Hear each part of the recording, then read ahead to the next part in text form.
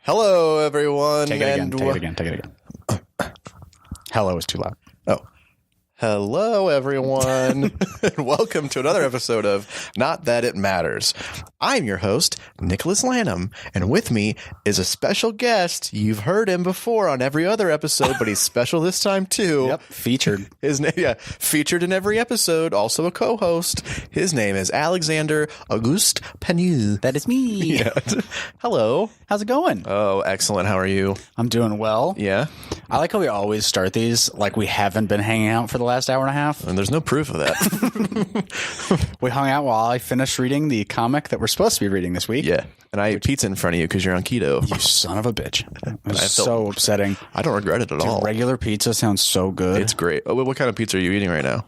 Like the cauliflower stuff? That's like the only thing we can do, and that is still like an insane amount of carbs. It is. I mean, I do love those cauliflower crusts. They're great. They're good. Yeah. It's still like 30 grams of carbs. I love that mashed cauliflower, though, where it's like it's mashed potatoes. Ooh. I had that for dinner the other night. Did you? It's so good, It's man. delicious. So we are talking this week. We are talking right now. Let's get off a diet. Oh, yeah. You're like, I don't want to talk about it. Well, I haven't eaten today, too. I tried to feed you. I tried to mama bird you earlier. Well, we have friends coming over for dinner. Oh, my stomach just growled, too.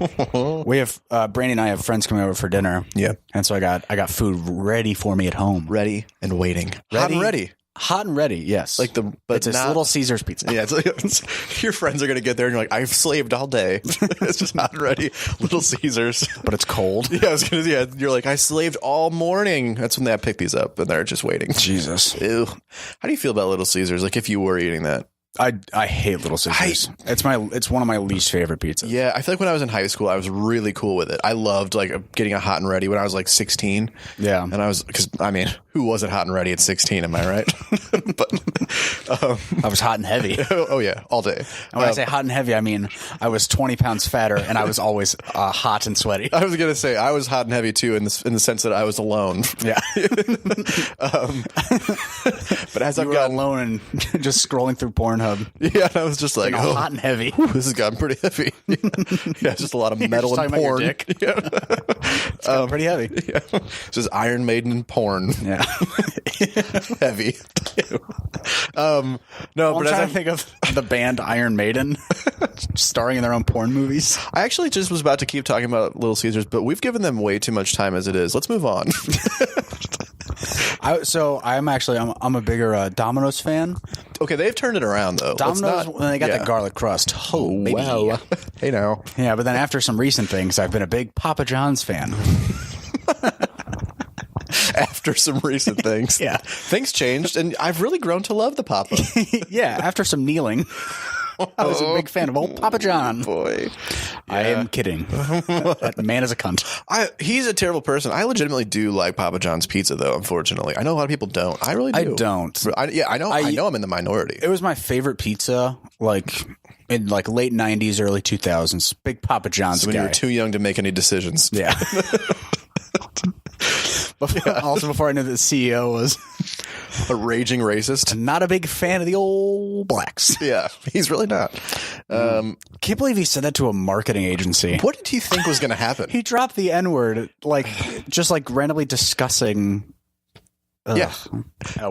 Speaking of more controversies, one thing I know you would talk about is the Oscars. Yeah, so the Oscars were 2 nights ago. They were. And I am upset. He's livid. Well, I absolutely hated Bohemian Rhapsody. Which, I mean, I understand. There's some problems with that film. The editing is... Whoa. Well, the editing's terrible, and it won for Best Editing, which is hilarious. Yeah, it did. It's the same thing as like Straight Outta Compton, where you can tell that the band were producers on the film. Yeah. Because it's just sucking Queen's dick the entire time. There's a rumor that they had to, and it's one of those that's like been perpetuated by some pretty big people that...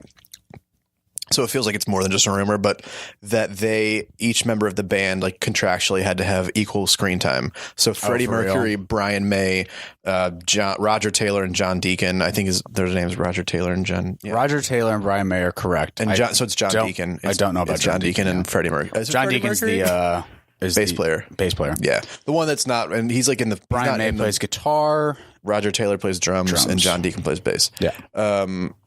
And Frederick Mercury. What about him? But why would you? I would say you would split it if you wanted to go by actual like famous like popularity of the members. You would say Freddie Mercury's 50%, Brian May's 25, and then you split the difference. But honestly, no, you would give like 20% to Roger Taylor. No, and 5 to John I would Deacon. say it's 70% Freddie Mercury, 15% Brian May, and then 7.5 apiece. I think Brian May gets a little more because people recognize the hair and the guitar and stuff. Yeah. Did you turn on that light switch? Fucking goddamn it.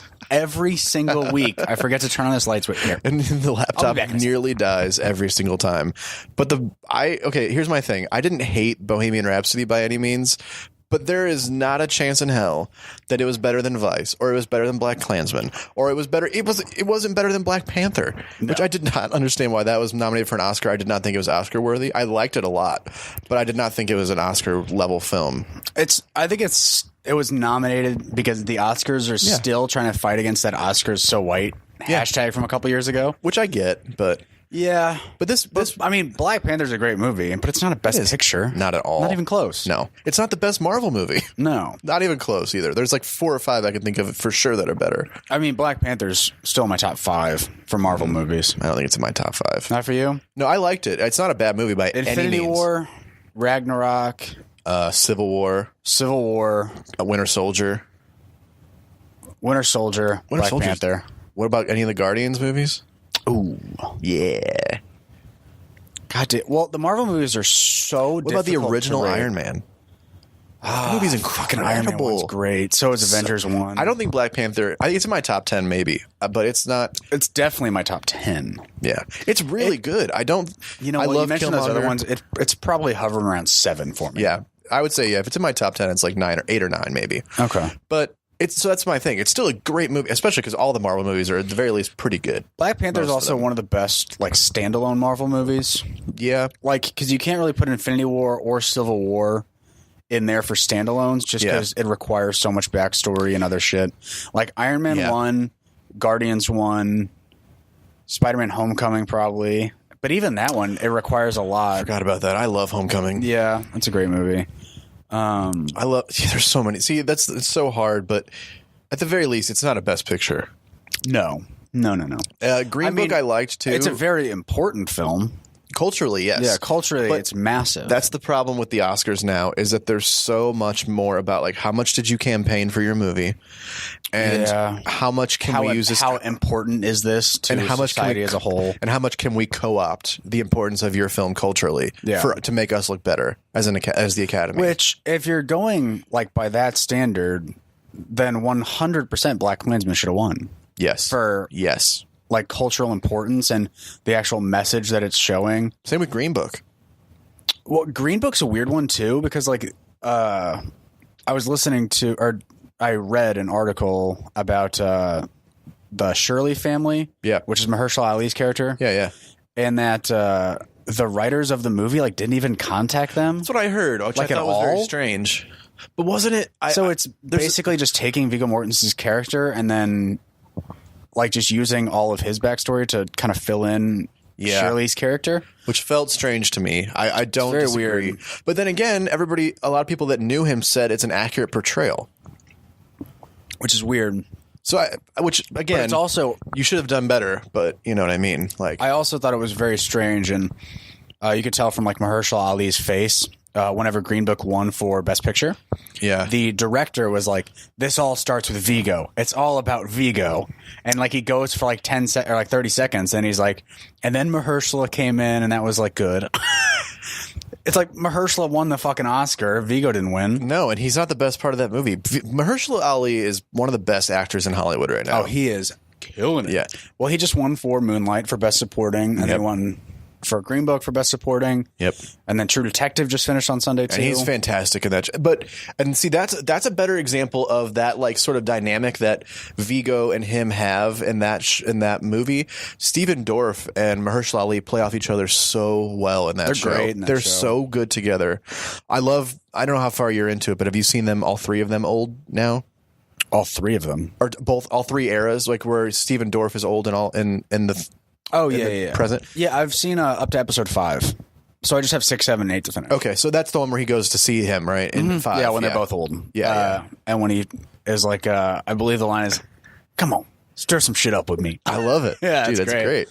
I didn't think it would work, those 3 timelines, but it actually does work. Yeah. I think it gets a little messy, especially when you have the present time of the murder and then the 10 years later, just because their characters look so similar. It's just like haircut changes. It literally is, yeah. So it gets a little dicey there. Well, Dorf's character, what's his name? Roland. He has a limp, and that helps. And he does look a little more. He does look a little older. They put a little pepper in his beard. Yeah, like Mahershala Ali. Like literally, the only change is that he has a flat top. Yeah, and his wife is the same way. Yeah, his wife looks the same. She just has a different haircut. I think the biggest difference for them is that they have kids all of a sudden. Yeah, and it's the 90s. But that show's great. I'm really happy with it. I'd say this. See, I think the thing is that it like I will say this. I won't spoil what the ending is, but I'll say that it's a better ending than the first season. That's what a lot of people have been saying. A lot of people have been saying that it's a lot more satisfying than the Yellow King ending. I thought so. Yeah, but I mean, But are the first 7 as good as the first 7 in season 1? It was a much slower burn. Yeah. Much slower burn. It felt to me, at least. I didn't feel as much like I was thinking what's going to happen when I was watching the first season. I was just excited to watch it.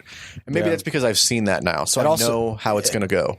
Yeah, but it is really fast paced. There's like reveals in every single episode. And there are in this one, but they're so much smaller. And they do amount to something bigger eventually. Do you think it's because of the 3 timelines?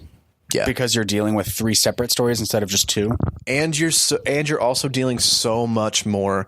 You in the first season, Woody Harrelson and Matthew McConaughey's like personal problems are part of it, but they're not nearly as big a part as Mahershala Ali's Alzheimer's is. Yeah, it is almost as big as the murders. Yeah, so I feel like it detracts a lot from what the mystery is for me. Yeah, for me, I would say seasons 1 and 3 are about on the same level for me at this point. Okay. That's probably where I'd go. I feel like you'll probably agree when you see the ending, because you and I have always said the ending was so bad. Like the first 7 of season 1 is like a 95, like in terms of like out of 100 rating. Yeah, and then the last episode is like a 65. Yeah, and then so that will probably even out to like 80 something, 85. The not first really. season, you mean? Yeah, first season's like an 85. It's like a 90.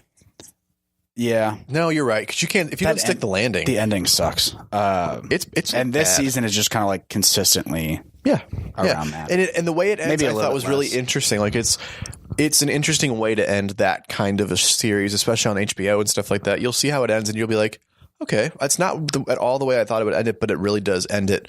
Like it does tie it up nicely. Okay. Yeah, I'll have to. And the second season is by far Of course, I'm going to watch it. Yeah, I'm watching it tomorrow. Yeah.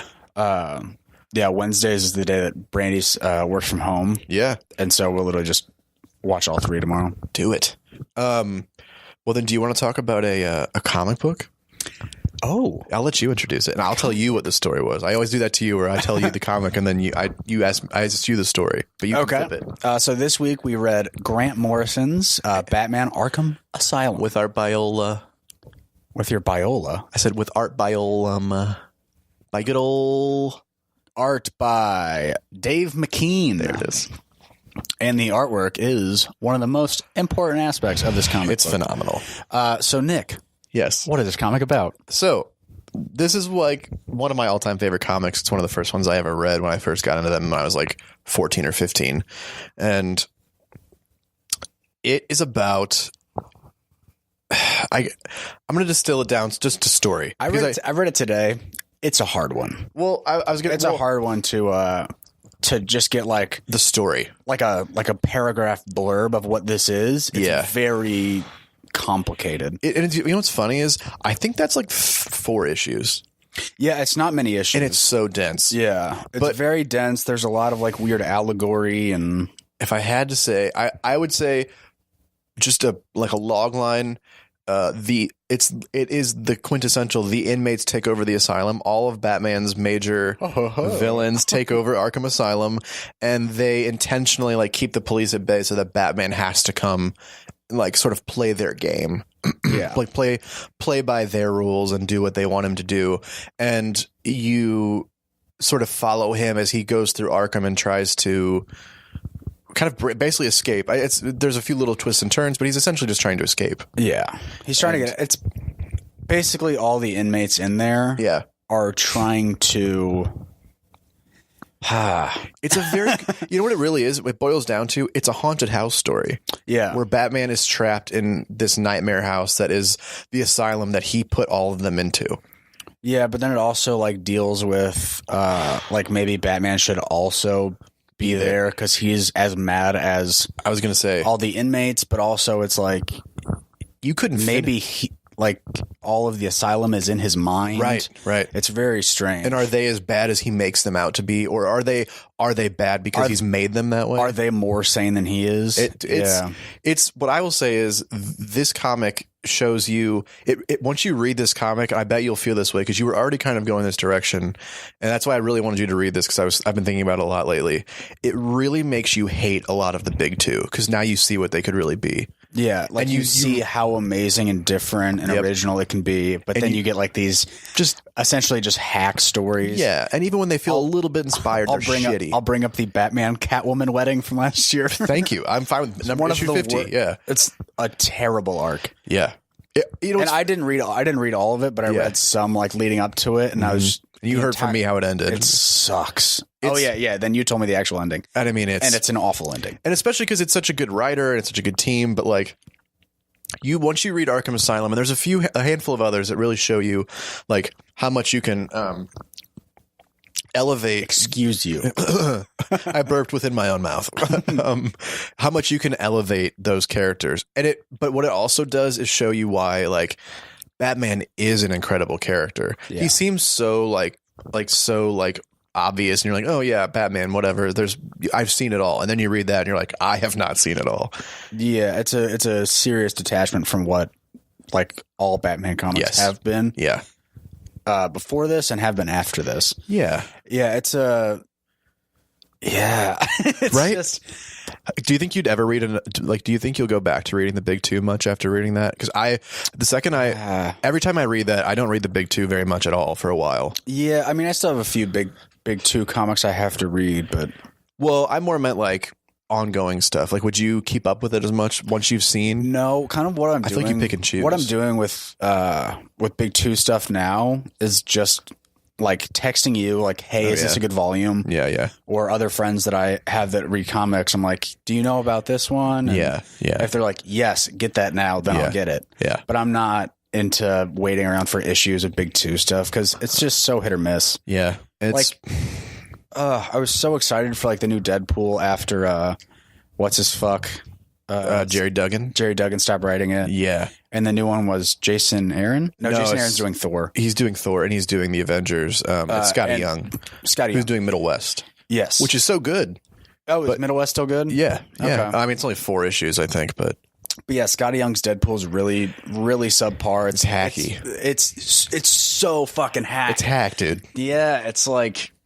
It looks like he watched the Ryan Reynolds movie and then tried to put but also try to make it like more digestible for like younger people too. Yeah, what's what I meant. Like he it's took like the some humor of the cuss of like out. a 14-year-old.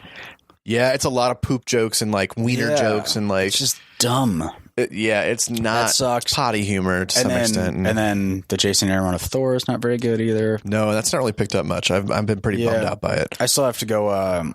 I'm hoping Black Panther's still really good. Yes, it's great. And actually, the Shuri series that's been coming out is really good. Okay. Yeah. What issue are they on? Probably Shuri? on Ta-Nehisi Coates' new run. Oh, 10 or 11 maybe. Okay. I've read like 4 or 5. If we're talking about like good big two stuff, a lot of that's ending. Like Mr. Miracle's over, and that was one of the best things that's come out in a while from the big two. They've been canceling all the good books. What? Mr. Miracle? Yeah. Is it DC? It's DC. Okay. It's this sort of like, it's the Jack Kirby. Do you know who Jack Kirby is? Jack Kirby, like the legendary writer that created Spider-Man and all that kind of stuff? Well, he was an artist when he did all that. Okay. But when he came to DC because he created all those with Stan Lee. And then he went to DC and he created these things called the New Gods. Like they had Darkseid and Steppenwolf and Mr. Miracle and Big Barda. Steppenwolf, my favorite villain in the DC universe. He's the best. But Mr. Miracle, his whole thing is he can escape from anything. Okay. So it's this story about he's like suicidal suicidal and depressed, and like he's trapped in his own mind kind of. And so you see him doing these shows where he's like an escape artist, and he's like putting on this show, and behind the scenes he's just crumbling. It's this incredible. Wow. It's a great metaphor. It won like people, it's another one of those like the Flintstones where it's crossed over so far into the mainstream. Like Jason Mantzoukas and Paul Scheer and Seth Meyers like cameo in the book, like they're because they wanted to, because they love it so much. That's fun. Yeah, it did. It's incredible. But they cancel all those. Like the one that won the Eisner last year for best new series was Saladin Ahmed's Black Bull Run, which was incredible. And then they canceled it. It did 12 issues and they canceled it. So it got best new series and it ended.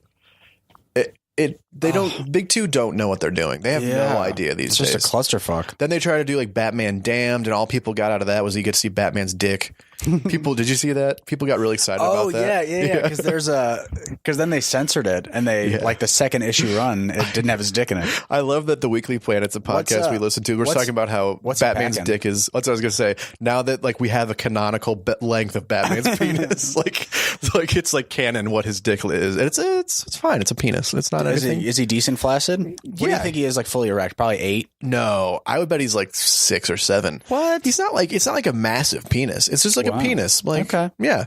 That's boring. Also, it kind of looks like when it's flaccid, like it has too much lift on it. Like it kind of goes out and then hangs down like a hose, like a so it's kind of like spigot it's almost like a house perched on his balls, or he might be like half chub. Yeah, that's what I was thinking. So it's got like a little bit of lift on it. Okay. Yeah, and I forget what the scene was, but it felt very strange. Is there anything better than a half chub? Nah, dude, a half chub feels so good. Is there anything better than a half chub when you're Bruce Wayne? That's a fair point. Whoa, half chub and a billionaire. Whoa, but back to Arkham Asylum.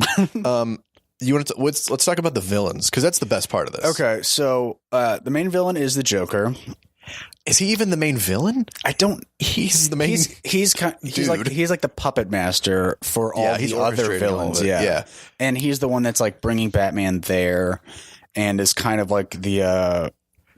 It's almost like Batman. Like it feels like he's almost like Batman's like subconscious inner monologue as Batman is losing his mind. Yes.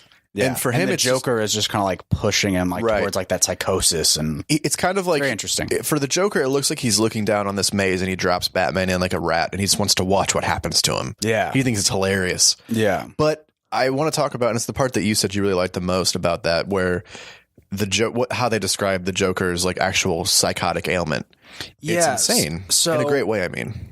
So he has all these like psychotherapists and doctors that work in the asylum as hostages. And the psychotherapist that has mostly been working with the Joker describes his like consciousness as superior to like that of a normal human. Yeah. Because like I don't really remember the reasoning, but it's like he's operating on like such a higher level of consciousness than everybody else, and that each day he's completely changing his personality like to fit at will to like fit like what is coming at him. Like he's a completely like reactionary personality. He's like a chameleon, like which is like why he's just ever changing and he's never the same. I love that. Yeah, I think it makes him I think it makes it such a fascinating like way to look at that character, and it also kind of makes sense because every time you see the Joker, he's so different. The way he interacts with Batman, like you always think about the Joker that's like laughing and Batman's punching him and he's just laughing. Yeah. But then again, like this is the comic that really, like we talked about, informed the Heath Ledger performance, and you can see that because Heath Ledger's different. He tells a different version of how he got the scars, and he's different with everybody he interacts with.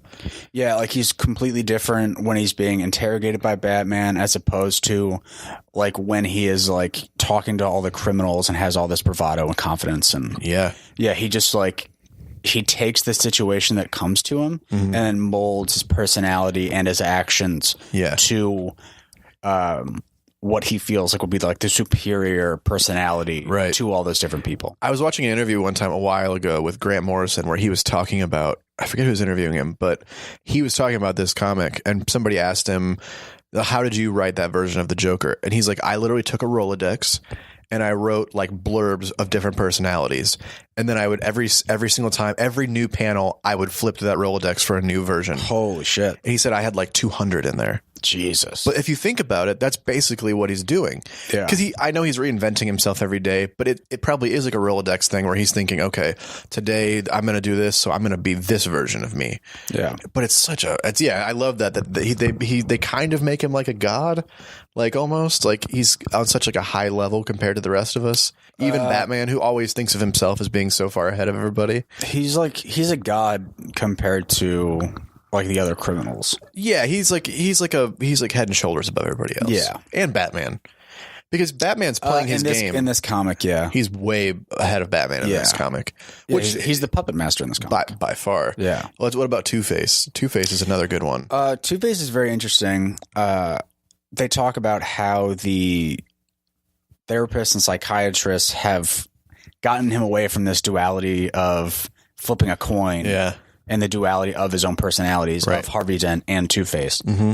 And it's really funny how they've done it. They're like, yeah, so he had the coin. We weaned him off that, got him on a dice. Yep. So then he had 6 choices. And a 20-sided die. Yeah, and then a 20-sided die, and then a set of tarot cards. Which is then a deck of cards, then a deck of tarot cards. Right. So now he's up to 78 choices, but because he has 78 choices, he can't like make a decision on anything. Yeah. So he's just shitting his pants. Yeah, he's shitting himself and pissing himself on the floor. Yeah, and he just can't do anything to help himself. But you know what? It's crazy because like again, this is like showing that like elevation of the genre. But like, if you were going to treat somebody like that, that's how you'd have to do it. Like start giving him, because if let's say you have to piss as somebody that has to piss often. I have to pee right now. Yeah. Again, I'm not even kidding. You just peed. And you peed just before that. So we're about like 25 minutes in. I peed right before we started the podcast. And then before that, I peed 15 minutes before that. Oh my God. This would be 3 pees in under an hour. I guess, granted, you drank a bang and your little bladder, it just can't. I got a little bladder. I haven't eaten today, and I've drank 2 energy drinks. Oh, yeah. It's just going right through. You're just like a diuretic, because caffeine's a diuretic. Yeah. So it's just going to make you piss so often. Yeah, I'm like all jittery and... Well, we'll finish Arkham Asylum, and then we'll pause. You guys won't see it coming. I looked at my mic like I'm talking to somebody. You guys. Yeah, you'll never know. And then we'll start talking about something else, but you'll never know when he peed. And it'll have happened. Production, am I right? Yeah, so there's a very interesting couple of panels in this comic, too, that we talked about before. There is, I believe, 2 pages where there's just like this almost like Gollum-looking character that's like all green and diseased. Yeah, yeah. That Batman runs into just for like a split second. Yeah. And then you and I have kind of talked that we figured it's like this weird diseased, like madness part of his subconscious that's manifesting himself as this character. Because he's only in darkness. Like every other character, you kind of see what room they're in. Yeah. But he's not in a room. He's just in blackness. Yeah. And that's what makes me think. Because this comic, you also have to understand, this comic is like high concept, like high art too. Yeah. So it's a lot of like figuring it out for yourself. It's very abstract. And ooh, yeah. Yeah. It's very, very weird, but it's like this diseased character that Batman doesn't want any part of. And he just like clearly pretty much runs away from him and doesn't want to be touched or anything by him. Yeah. And he's sort of, it seems like he's an embodiment of Batman's sort of subconscious, but also maybe self-image too, because Batman does that to everybody. He sees himself as like off by him, like he's so independent and such a loner.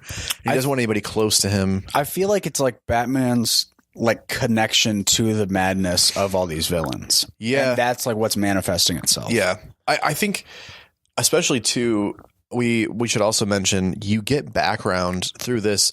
So it's not half the story. I'd say maybe 25% of the story is told in the past by Amadeus Arkham. Yes. And that's some of the creepiest shit. When those spiders are coming out of his mom's mouth and she's dead. But then that is very creepy. That's very creepy. That's fairly early on. It's one of the first things. I think the creepiest part is when he realizes that he has repressed this memory of his mother, because he says early on that his mother killed herself. Yeah. And that she slit her throat with a razor blade. Yeah. And you realize like later on that Amadeus Arkham like also went crazy inside the asylum. Yep. And that his mom was being tormented by this bat. At least that's what he says. Yeah. Which he might have been tormented by the bat and been projecting that on his mother. Right, right. But what he has been repressing this entire time is that he was actually the one that slit his mother's throat. Yes. To like relieve her of this haunting of a bat. Yeah. And then you realize his this wife and daughter. This book, man. Ugh. This book is bananas. Because then it's Dr. Cavendish. Yeah. One of the therapists there. Yeah. He has discovered the Journal of Amadeus Arkham, and you maybe realize that he was like the puppet master, like orchestrator of this whole thing. I still feel like the Joker knew. I feel like he did too, but I feel like maybe Cavendish like put that on the Joker or told the Joker this information to get Batman there. It's possible. It's that's left like sort of unanswered. You know that There's Cavendish a lot of put some unanswered. stuff. Either it's one or the other. Yeah, but we don't know which one. And I feel like the way they portray the Joker, he wouldn't have let himself, like, he's too smart. Like, he wouldn't have let himself get played that way. But then again, he's so crazy. I don't think he's played by Cavendish. I think Cavendish went along. Like, they're accomplices, like, in this together. That makes sense. Actually, that's probably what you're right. Yeah. I think that's what I feel like Cavendish, like, probably, like, let the Joker know on all this information. Maybe the Joker doesn't even believe it, but the Joker sees it as another opportunity to fuck with Batman's mind. Also, with Arkham, his wife and daughter were murdered, right? In the asylum, weren't they? Whose? Arkham. Amadeus Arkham? Yeah. Wasn't he was like interviewing a patient? So? Wasn't he interviewing a patient, like working with a patient, and that patient killed his wife and daughter or something? I don't think so. No. I don't think they even talk about his kids ever. Oh. Even if he has kids. Oh. Maybe I'm thinking about something different. Might be combining with another comic. I might, well, because also there's some really cool stuff that they've toyed with Arkham, like another really good, and it's clearly drawn from this comic. It's a very like iconic Batman comic, but Jeff Johns, who's like a very famous comic book writer. Jeff spelled Geoff. Yeah, the best way you can spell Jeff. He wrote Batman Year One, as I think the comic it's in, and Jeff Johns has always been really good at taking something shitty about a character's history. We talked about this where, Green Lantern He was afraid of yellow? Yeah. And then Batman like gets Green Lantern and just puts him in a yellow room? No, that's Frank Miller. Okay. Well, that's the whole point. Like, Green Lantern was always allergic to yellow. Yeah, and so Batman in a Frank Miller comic. It's like it's fucking pollen. He and Robin, what an ass. They take Green Lantern down and lock him in a yellow room and paint themselves yellow. It's so fucking And they're like, get the fuck out of here, dude. Stupid. It's so funny. But no, so Jeff Johns was like, okay, why is Green Lantern allergic to yellow? It's fucking stupid. He can't even eat mustard. Like, it's so dumb. So what it is he's not allergic to yellow, but his ring can't work against yellow. Spicy brown. Yeah, you can do that. Dijon. Not quite yellow. I don't know. I don't know how the spectrum works. But he took it and found like a brilliant, like inspired way to do it, where he's like, actually, it's not that he can't do anything with yellow. It's that his ring can't work against yellow because there's a color spectrum, and each color represents a different emotion. So like green is willpower, yellow is fear, red is anger, orange is jealousy, indigo is like wisdom, blue is hope. Like those are all different lantern cores for all those. So suddenly Sinestro, who's like the leader of the Sinestro Corps and like the yellow lanterns, the reason that he can't, like, it's fear against will, which is like a very interesting thing to pit. And you're like, suddenly that makes the whole thing with yellow seem way cooler. Like, yeah. And that Frank Miller thing just looks like so bananas because they're yellow. We've looked at each other like, God, did we? So what he did with Batman was to explain Batman's sort of level of like psychosis, because you go with that whole thing of like, is Batman crazy? Like, is Batman the Mask? Is Bruce Wayne the Mask? All that shit. Yeah. He made it so that we never knew Martha Wayne's what's the name? Like, before you're married, what is your her maiden name? It's Arkham. Oh, it is? Yeah. Oh, I never know. Well, I don't know how canonical that Year One is, but is it Year One? I forgot. Or it's like Earth One, Batman Secret Origins or something like that. And yeah, they don't discuss that in this one, though. Well, no, this is like early 90s or like mid 90s. Oh, this is early mid 90s? Something like that. It's in the like, or like 97 or something like that, maybe. Oh, cool. Yeah, that's why I didn't realize it was that old. Dude, Grant Morrison is a legend. Okay. And that's something else we're going to talk about. Is he currently writing any books? He's in and out of stuff lately. He hasn't been doing as much. His last like big iconic thing was a run on Batman, like the actual Batman book. Oh, okay. And he killed Bruce Wayne, and then he wrote Final Crisis, or actually I flipped those. I think he killed Bruce Wayne after Final Crisis, or he killed Bruce Wayne at the end of Final Crisis, and then there's a really good bit called Battle for the Cowl where all of Batman's like closest allies, the Bat family. Are they trying to all like fight to see who can take up the mantle? It's of Batman? not to fight to see who, but you're kind of wondering who it's going to be. It's like a lot of people think Dick Grayson. That's a clear choice, but Tim Drake, who's in one of the Robins, he starts wearing it, but he's clearly not on that level. I mean, Grant Morrison he's such a good writer. I mean, I'm not a huge fan of any of the crises, but Final Crisis was probably the second best one. But he's done a lot of really good comics, like The Invisibles. He did his run of Doom Patrol is like the iconic run of Doom Patrol. It's another one of the first comics I ever got. Okay. It got recommended to me by the guy that ran my first comic book store that I was going to, and he was like, "Buy this. It's in like a big trade form. It's the first like 20 issues, I think, or 16 of his Doom Patrol run, and I think it's like 19 through 34 or something like that." And it's incredible. I mean, it is fucking batshit bananas, insane, but so good. It's like what he does every time is you're reading this and you're like, why can't the big two always be like this? Because Doom Patrol is a DC comic. It's actually a show now on the DC universe, and it's supposed to be really good. Have you pulled the trigger on that yet? Have you? No. I haven't watched Titans. I haven't watched Doom Patrol, obviously. We talked about just doing the free trials. I'm going to wait until it's all done. At least Doom Patrol's done, and I'll watch both those shows. Yeah. I've heard Titans is like, all right, but Doom Patrol is supposed to be like off the walls and really good. Like, oh, for real? And they're drawing from that Grant Morrison run, which I love. Except Cyborg's in this, but yeah, we're in a weird time right now for comic book TV shows. Yeah. Especially because you have all the Marvel Netflix shows canceled.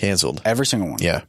And then you have like all these indie comics. Umbrella Academy, Deadly Class, finding homes on like these cable networks that are moving to like good TV.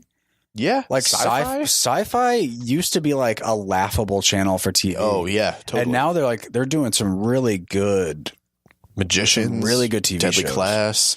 Deadly Class is good. I haven't kept up with it. I've only seen the first 2. I've watched like 5 episodes. And they're all good. That's what I've seen. They've all been reviewed really well.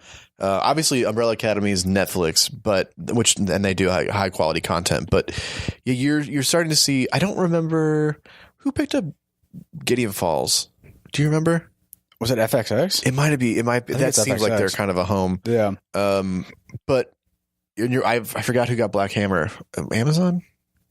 I forget. I don't know. I can look it up. But it is a weird time. You're right. I think what people are realizing is these creator-owned comics. There is a depth that they have.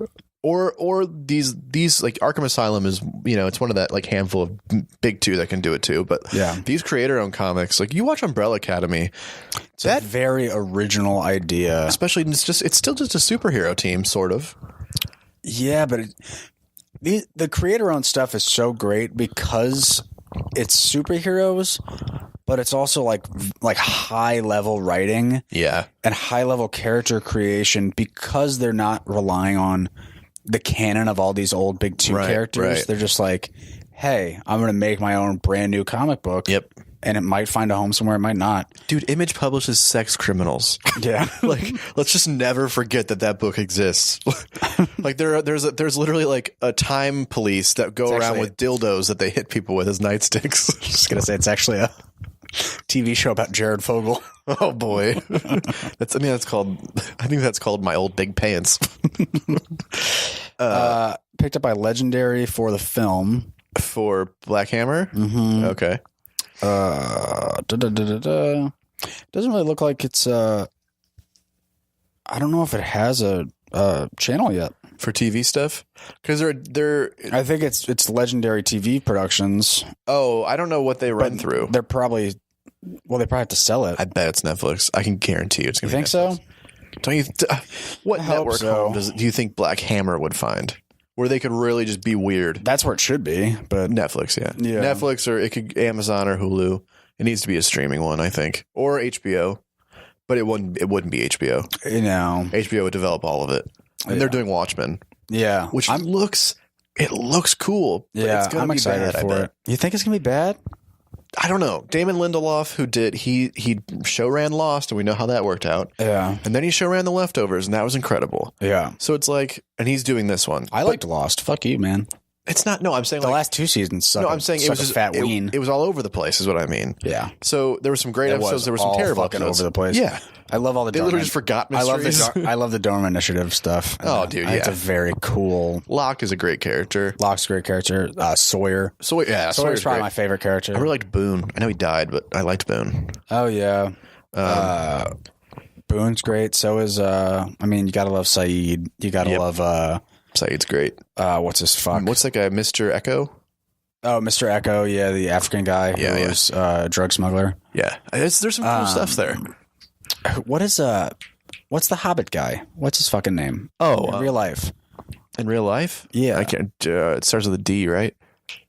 No. McDonough or something like that. Fucking god damn it. I don't know. It's so embarrassing. He's either Merry or Pippin. I can't even remember which one he was. His character. But wait, what was I going to say? What were we talking about before? Oh no, so he's doing Watchmen, but none of that stuff is from the comics. Like the comic is what's in that movie. Wait, they're not doing the comic? No, they're just creating a whole new. Well, it's like, is it going to be canon? Do you know? I don't think there's like it's gonna. I can guarantee it's not canon because Alan Moore wants nothing to do with that shit. But this version of Watchmen is Dominic Monaghan. God Thank you. I kept wanting to say Dominic Cooper, but that's the dude that plays Preacher. I kept wanting to say like McDonald or something like that. Or you thinking of Dylan McDonough or something like that? Dylan McDonald? No. What's up, Dylan? I don't know if you're listening. Probably I kept wanting to say Francis McDormand. Yeah, you're like, I'm Fargo. Why Fargo?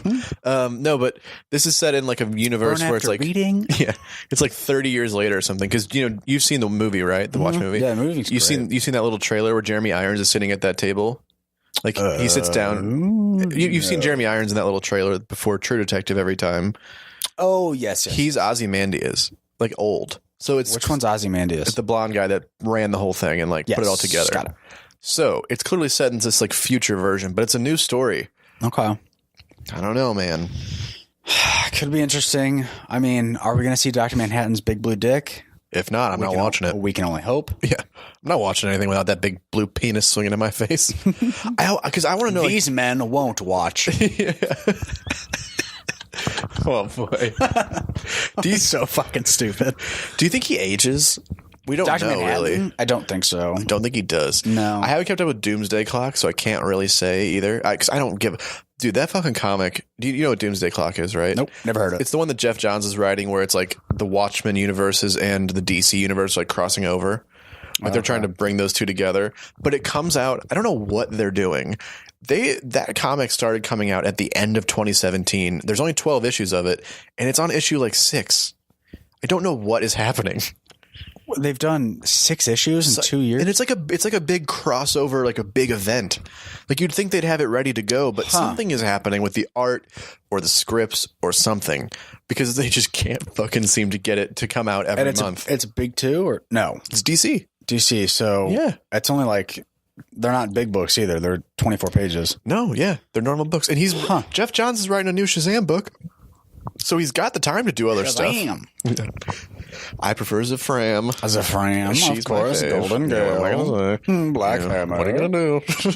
It's my cross to bear. I don't know if they say. Always a bridesmaid, never a bride. Dude, I always want to say that when I'm in other situations. People would just not nobody else gets it. Always a bridesmaid, never a bride. You know what I'm talking about? Dude, you had to have said that 60 times on the road trip. Oh, it got to the point where everybody said that a million times. Because we got to the point where we were just going, you know what they say? That's all we would say, and we would know what the rest of it would be. Always a bridesmaid, never a bride. My dad, I don't remember what it was my dad said right before we left. Like the night before we left, my dad said something to me like that, and I was like, what the fuck are you talking about? and then I was just like, that's such a stupid thing to say.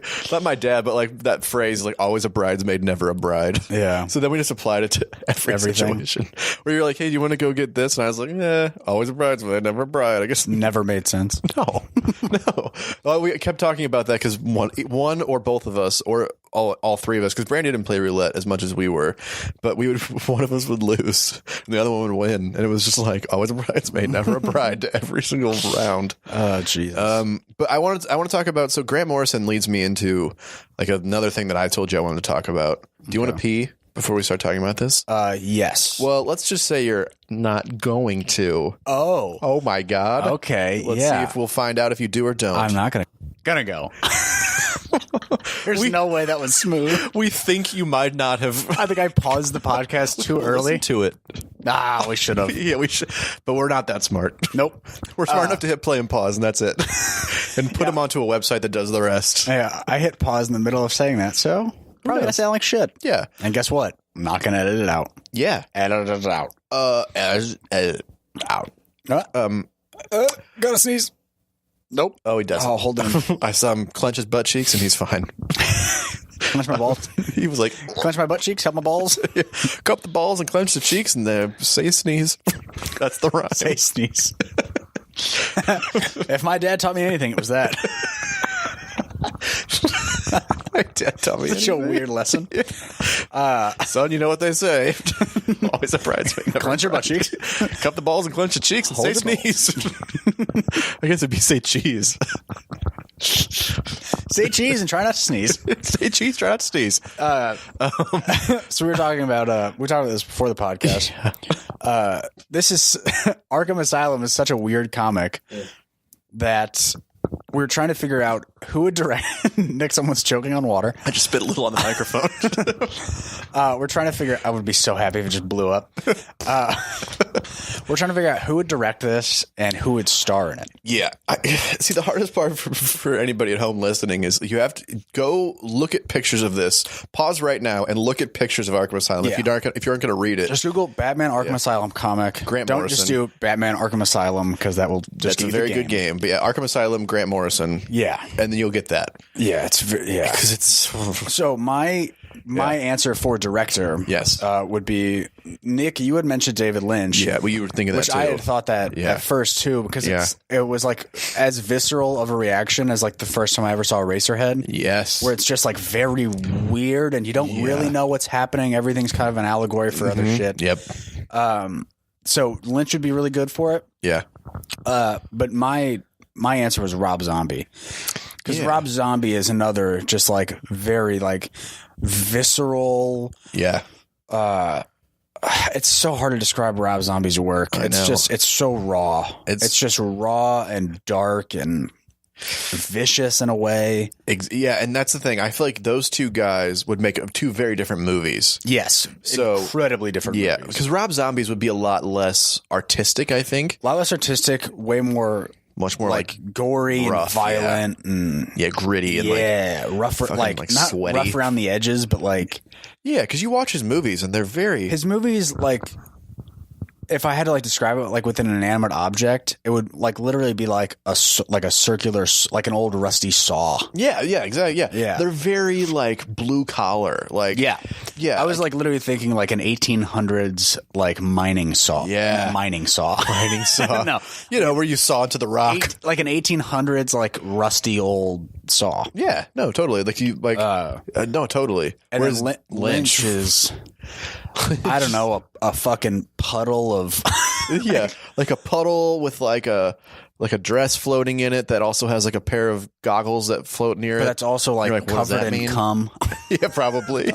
Yeah, and then also Kyle MacLachlan probably is there too because he's of course he is. He's just hanging out. The Elephant Man is just saying hello. The Elephant Man's in a rocking chair, just like I want to be a human. A prostitute is just poking the Elephant Man. A male prostitute. So it'd be very different movies. But then who would play Batman and who would play the Joker? Because I think Jared Leto would still be a very good Joker for this. I think he could be. I think he's just left such a bad taste in my mouth that I don't want to see after him. Suicide Squad. I'm also at that point with him where I just don't want to see him again. In anything? No, I don't. I'm over Jared. I'm over him completely. I've moved on. Oh, you know who could be Batman? A pretty good Joker? Billy Bob Thornton. He could be. I feel like he might like be able to give this Joker justice. I think he could. Because he's like a weird dark guy too. Yeah. But he's also like kind of funny. Yeah. In like a very dark way. I don't know if he can be weird enough though. Yeah. I know he can be, but I don't know if he can be that weird. He could do anything. He could do anything. I know. He would just live as a shoe for 10 years and, and learn how to be the Joker. Would, literally live in an asylum. Yeah, he probably would. Yeah. I'm trying to think of who's like a really like out there actor. Sacha Baron Cohen. Sacha Baron Cohen could do it. You know what's funny is people were talking about this guy for Batman for other stuff, but he'd be really good in this because the way they show his chin and stuff. I think John Hamm would be a great Batman in this comic. I don't think he'd be good in this comic. Why is that? Because he's too he's too like manicured. Like he needs to be like he's too clean. Well, I meant like I'm thinking of John Hamm in like what's that Black Mirror episode where he's kind of got some stubble? Like he can do it. I think he can play dark, but I think he could. This is almost like a psychosis dark. Yeah, and I don't know if he can play that. Yeah, maybe not. We haven't seen him do it. I think John Hamm in like a straightforward Batman movie. I think he's my number one. Well, the only thing is he's too old now. Now he is. Well, you can have him play like an aged, almost like a Batman Beyond. Because this guy's older. This Batman's definitely been doing it a while. Yeah. So yeah, this is like him and the Joker have been fucking around for like 20 years. Yeah, you can tell there's there's so much familiarity, and with all the other villains too. Like it's I don't know.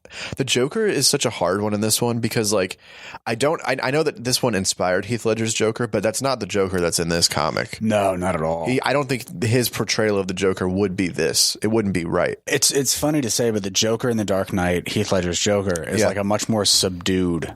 He's like a real life version of this Joker. Well, like if that Joker was to exist, yeah, it would be that Heath Ledger version. Yeah, if you put it like in the real world, because this is like in like a weird like pocket universe. Yeah, where it's like the whole universe of this comic is different than real life. I feel like if you gave him a bunch of downers and you took young Jim Carrey, he could do that.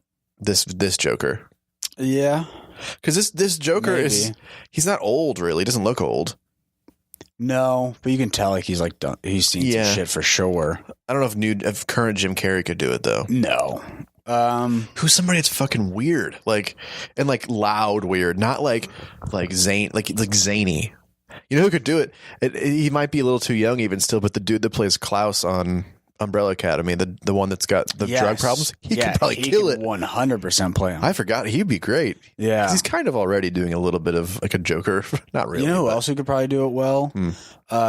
Who is Altered Carbon, the killing guy? Oh, the main guy? Yeah. Joel Kinnaman? Yes. I feel like Joel Kinnaman might be able to do it. He can be weird. If he gets down to like his like skinny, spindly, killing self. Yeah. He could probably do it. I haven't seen him do that like zany stuff, but I feel like he could do it. Right. Yeah. That's what I mean. I feel like he's got that range. He plays a fucking meth addict very well. Yeah, he does. And he's have you watched Hannah yet? The first episode was on Amazon for a day. Oh, yeah. I didn't see it. That one he's like very like just like it's very like Logan, like it's very I don't know, he's very different in that too. You're right, he's different in everything he does. You know who could probably play? Stephen Merchant could do it. That's what I was going to say. Caliban, yeah, Stephen Merchant. Or you know who else could probably do it? If you want to take like that same sort of dude, Taika Waititi. Think about him and like What We Do in the Shadows and shit, and then like other movies he's been in. I don't think Taika could play it. You don't think so? No. I think maybe, dude. He's too silly. You know who could do it? Because you've seen him as the Collector in Guardians as Benicio del Toro. Oh, yeah, Benicio could probably do it. Yeah, Benicio could do it. He'd be a good one. Benicio's probably the perfect one. I don't know. I feel like there's somebody that I'm missing that's like zany. Actually, Benicio would have to lose a lot of weight. Yeah, I mean, I'm not as worried about that as much because you'd wear so much makeup. About the acting. Yeah, the acting is so important. The Batman one is tough because this version of Batman is very much his own. I've never seen a lot like this guy. You know what? Version. I'll go with it. John Hamm, Benicio del Toro. I mean, that's a killer cast. I know, directed by Rob Zombie. You think I was thinking about other directors. Rob Zombie would work well with those big actors. Rob Zombie likes working with a lot of like almost amateurs. Who you get also depends on. We'd have to like pick a director, and then it'd be who would he cast? Mm-hmm. Yeah, because like David Lynch wouldn't cast either of those dudes either. Probably. No. Well, he might do Benicio. I bet he wouldn't work with John Hamm though. He's too like cool. I feel like I feel like David Lynch would be like, fuck this guy. Dude, David Lynch directs and David Lynch plays the Joker. He's such a weirdo. I know. He's so funny. That'd be great. Actually, you know what's funny is he would want to work with Kyle MacLachlan, and he can be fucking weird. He could probably do it. He could probably do the Joker, yeah. Yeah. Well, Kyle MacLachlan's also like isn't he like a very accomplished stage actor? Yeah.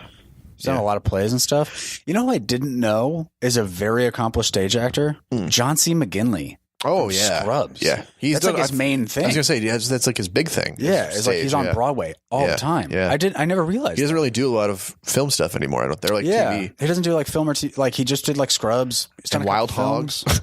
Wild Hogs. Yeah. He's the gay cop. It's terrible. Yeah, it's so bad.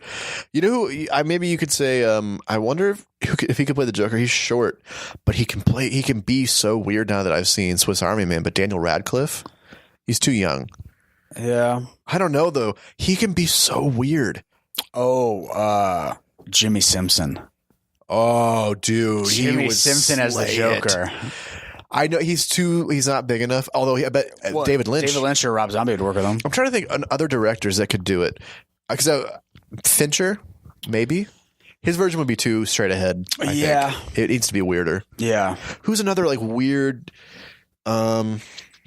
Well, see, I was thinking Fincher with like 7, but it's not weird enough. Uwe Boll. I don't even want to dignify that. In the name of the kings, Uwe Boll. Yeah, Postal's Uwe Boll. He's such a shitty movie. The fucking worst. It would be the broad brother from Prison Break, the wide version. No. Who? They're too smart and funny. I was going to say the Coen brothers. I was thinking them too. Yeah. Because it would have maybe to be Mark Duplass on that same like gritty level as Creep. Creep, yeah. Well, Creep with a budget is what it would kind of be. Dude, he could even do the Joker, having watched Creep. Yeah. Dude, he might be perfect. Yeah, because he's also very funny too. You're right. I think he would be perfect. Yeah, maybe Mark Duplass. And him and Jay could do it together, direct the movie because if he's acting in it. Yeah. That might be really good. That might be good. I think that's the Joker. I don't know Batman for sure. John Hamm for a few versions, but who's another director? Like I'm trying to think of like best pictures. Christopher Nolan. No way. You know who I know? I don't care. I know it's not. Well, I was gonna say maybe like. Spike Lee? No, well, yes, Spike Lee. I was going to say Scott Derrickson, who did Doctor Strange. Because he's usually a horror guy. Oh, is he? Oh, you know who could do it? What about like James Wan? Oh, James Wan would be pretty good. Like The Conjuring and all that kind of shit. Maybe let like you could have like a fun spin. You could have Drew Goddard write the script. No, Drew Goddard would probably be pretty good. Yeah. Yeah. It'd be a very interesting version of it, though. Yeah. I'm trying to think. Because you would have all the same, like, Drew Goddard has, like, some very specific through lines through all of his work. He's kind of like, we've talked about it on the podcast before. Yeah, we talked about it last time. Yeah, because I just watched Bad Times. Yeah. But it would almost be like, who the fuck did Chinatown? Fuck. God damn it. It's gonna I know it's gonna bug me off. Too. I'm gonna know it. The guy who does Chinatown, like, he has like very specific themes, like in all of his his work, like where everything's kind of like, or not everything, but like eyes are a big thing. Roman Polanski. But like he has like those through lines through all of his work of like mirrors and eyes and like very specific things, like things looking through lenses. Yeah. It could be very stylistic. Yeah. You know who would do? God damn it, Roman Polanski. He's a terrible person. I think that'd probably be good though. John Hamm is Batman and Mark Duplass is the Joker. Yeah, and then directed by Mark Duplass and Jay Duplass. Duplass. I mean that, or I think David Lynch. Yeah, but he'd have to do a little bit of work to not make it too weird. Like you'd need to make it weird. Well, I think it needs to be weird to be like a very good representation of the comic. Yeah. But if it's going to be weird and Lynchian, there's no way it's going to be successful. No. But it is a Batman thing, so it might be. I feel like people would be fucking weirded out by that. Anything David Lynch does isn't financially successful like in any way. Yeah. Yeah. I mean, they are artistically successful and there are very interesting works, but none of them are in any way Yeah. successful. You know who could do a really weird version of it? And I don't think it would be good. Well, I don't know. It might be good. If you told him, like, if you told this guy, and I'll tell you his name in a second. If you told this guy, do you, but do it, make it a horror movie and base it off of this. Wes Anderson. Well, he's so like Wes Anderson. I'm just thinking too of like quirky. Well, I said if he made it like a horror film. If what has he done horror wise? He's never though. That's what I'm saying. If Wes Anderson tried to make a horror film and use this as his adaptation, I bet it could be kind of interesting. I don't know, man. Maybe not. He's also, this comic is so intimate. Like it's all a lot of close ups and like a lot of emoting and stuff, and that's not really his thing at all. Yeah, his are these like beautiful, like every frame is an art piece, like wide sweeping shots. Well, it's because it's such like a big thing on production design. Which is, I mean, he could probably do this very well if he chose to do horror and because he spends so much time with production design. But then again, I don't know that he could won an Oscar for production design. If not, he should. I feel like he probably has. Not him, because he's not the production designer. Does production design with him. They have to work together on everything. It feels like the kind of person that he'd work with a lot. But well, I want to go kind of transition using Grant Morrison to something else. Yes. I just want to say Grant Morrison he's a brilliant dude. His way of writing too is really interesting. Like a lot of writers, you'll hear them talking about like, I've been working on this idea for a long time. You hear that all the time. Yeah. Grant Morrison's way of writing is every idea I have, I dump into whatever I'm working on. And then I just rely on the fact that I'm creative and I will have new ideas. And it's actually a really interesting concept because if you think about like every good idea you have right now, you sort of tailor that and to make the best thing you can make. Yeah. And that's something that a lot of writers wouldn't do because they'd be worried that they wouldn't have any left afterwards because that's a scary thing. You know what I mean? Dude, the production designer that Wes Anderson has used a lot has done a bunch of just like weird movies. Was it like Alexander Desplat or something? No, it's what's his fucking name? Sorry, I just saw it. That's fine. And I'm like deep into that thing. Adam Stockhausen. Oh, okay. But like one of the first things he ever did was The Switch.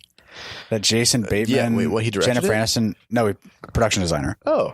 Then he did My Soul to Take, that movie that we just talked about last week. Yeah. Scream 4. Oh. And then he hit Moonrise Kingdom and just kind of blew up. He did it. So he's only done a couple Wes Anderson movies. Yeah. Moonrise Kingdom, 12 Years a Slave the next year. While We're Young, Grand Budapest Hotel, Bridge of Spies. Oh, wow. Widows, Ready Player One, Isle of Dogs. Okay. Yeah. So he's done quite a bit since then. Another thing I was going to say about Grant Morrison, though, is he has this really interesting take, and I think you could kind of... he was the art director on Darjeeling, too.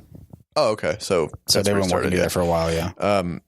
He has this interesting take. I think he said it's like I think he called it sunspots because they happen every 10 years type of a thing, you know? Like these big sunspots happen every 10 years. He called it sunspots, but basically like it's a take on culture that is sort of like the idea is that every 10 years like youth culture and culture in general goes through a shift from aggression and violence to peace and like basically like hippies. Okay. So he sort of went farther back. Currently in the violent stage. I'd say we're the other way around. I think we're coming out of the hippie stage. If you go based on where we're at, and moving towards violence. I think we just hit the violence. We just started. I think we hit violence worse. Like 3 years ago. Well, look at it like this. So let's say you start in the 50s. You're coming out of the peaceful big band jazz era into like sort of rockabilly rebellion, Elvis and people like that at the time were considered way risque and violent and like sexual and then you get into then you move into the 60s. We'll say like 58, and then 68 you move into counterculture, hippies, Dylan, Joni Mitchell, Simon and Garfunkel, Janis Joplin. Well, yeah, she was kind of rocky, so was Hendrix, but in general, it was counterculture and peace and love. You know what I mean? Berkeley and all that shit, and Toledo. You know, and then you move to like the late 70s, and you start to get the advent of real heavy metal, and you go through like 80s hair bands, and you go through Black Sabbath and the end of Zeppelin, and like but then you're also just doing all this just through music, though. Well, I'm just using that as well. Okay, so you have the 50s. You're starting to talk about like Scorpio Rising and stuff like that. I think that's like the 60s, maybe. What's Scorpio Rising? It's that queer film. I'm sorry, I was trying to think of the word. It's that queer film where it's like a bunch of guys in like leather working on motorcycles and stuff like that. It influenced like Judas Priest and all that stuff. Okay. So then you move into movies like I'm trying to use film. I'm not as good with like older films as I should be. Also, the 50s was Hitchcock. Like, yeah. And then you move into like the 60s and you start to get like more like Smokey and the Bandit and stuff like that. Yeah. And sort of like the fun buddy cop type stuff. Then you move into the 70s and you start to get like Taxi Driver and you get The Shining and you get stuff like that. And then you move like to the end of the 80s and you start to get like, you can look at TV and stuff and you start to get a lot of like every show is Dawson's Creek.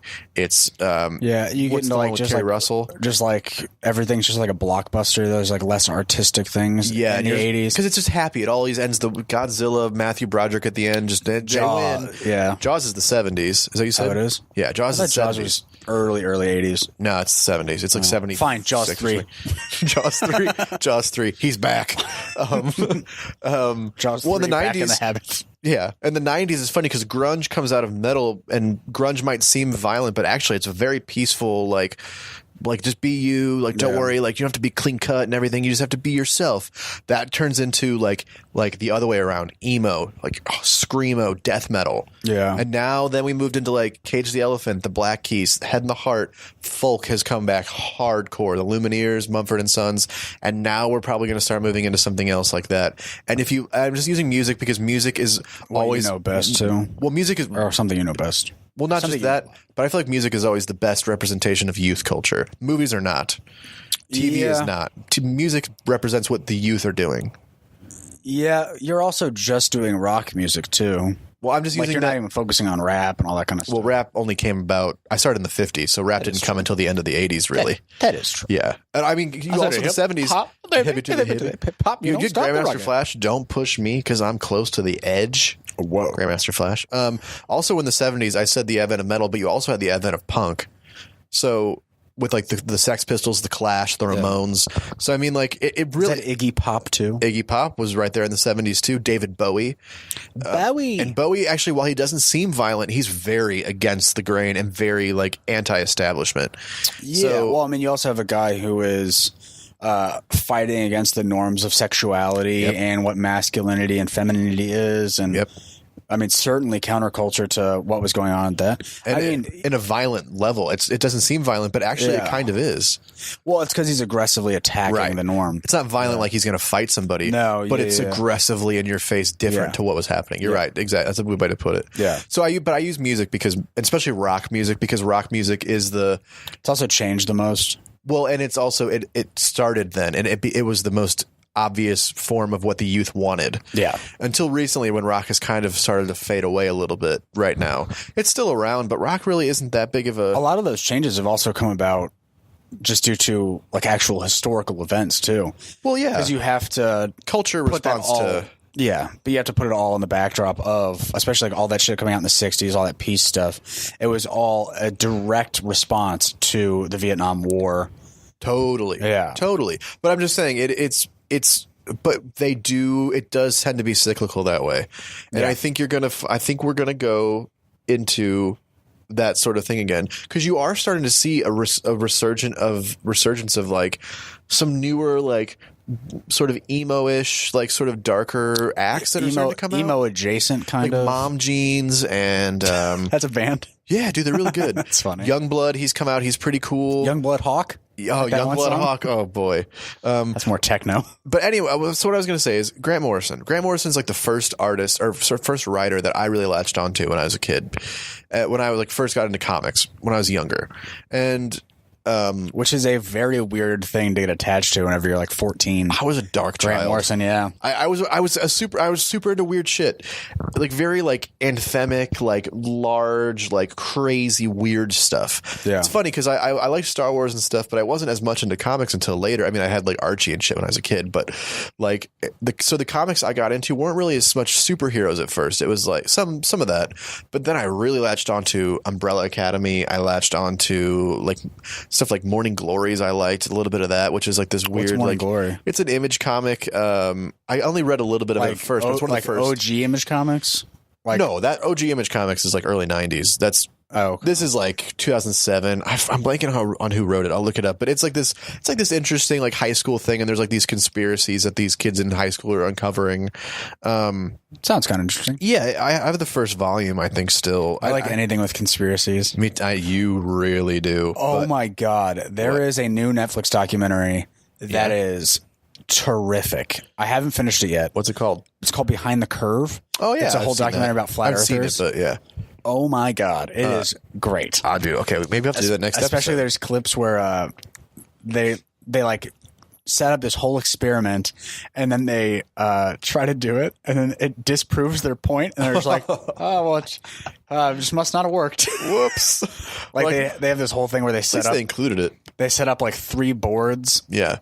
With holes in them at like 17 feet up. Yeah. And so they plan out like how far away they have to be, like to show that the earth is flat. So like it would be at 17 feet, you'd be able to see this light all the way around. And then they're like, yeah, if the earth was curved, you'd have to stick it up higher.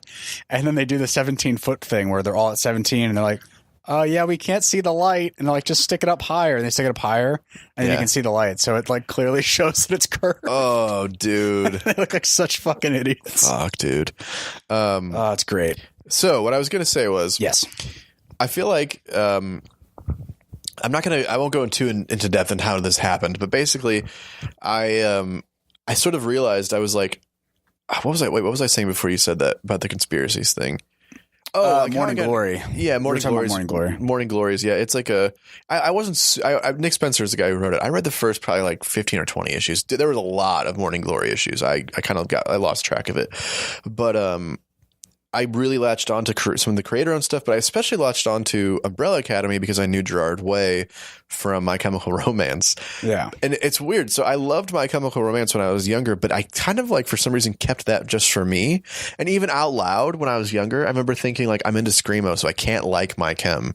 Like out loud, people will think I'm lame.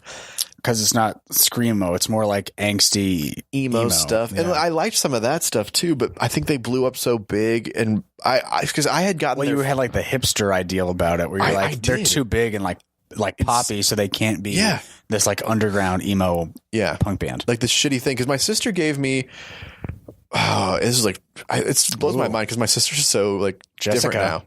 She's very different now. Yeah, she is. But back then, according to Ethan, she's way hotter. Oh yeah, Ethan thinks she's so hot. But she gave me their very first album, which was "I Brought You My Bullets, You Brought Me Your Love," which was like their very first album on Eyeball Records. Like not a big thing. I don't even know where she got it. Maybe she had Records. Maybe it was maybe it might have even been burned.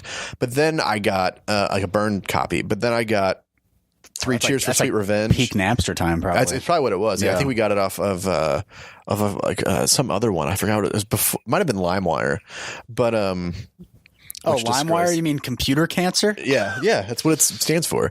Jesus. But then I got Three Cheers for Sweet Revenge. I got the Black Parade. I was super into them, and I knew every word to every song. I knew all about like I knew like the band. I liked them a lot, but for some reason, I've seen them a couple times even, but I never really for some reason I kept that just for myself. I have no idea why. Yeah. But then, so I'm in therapy.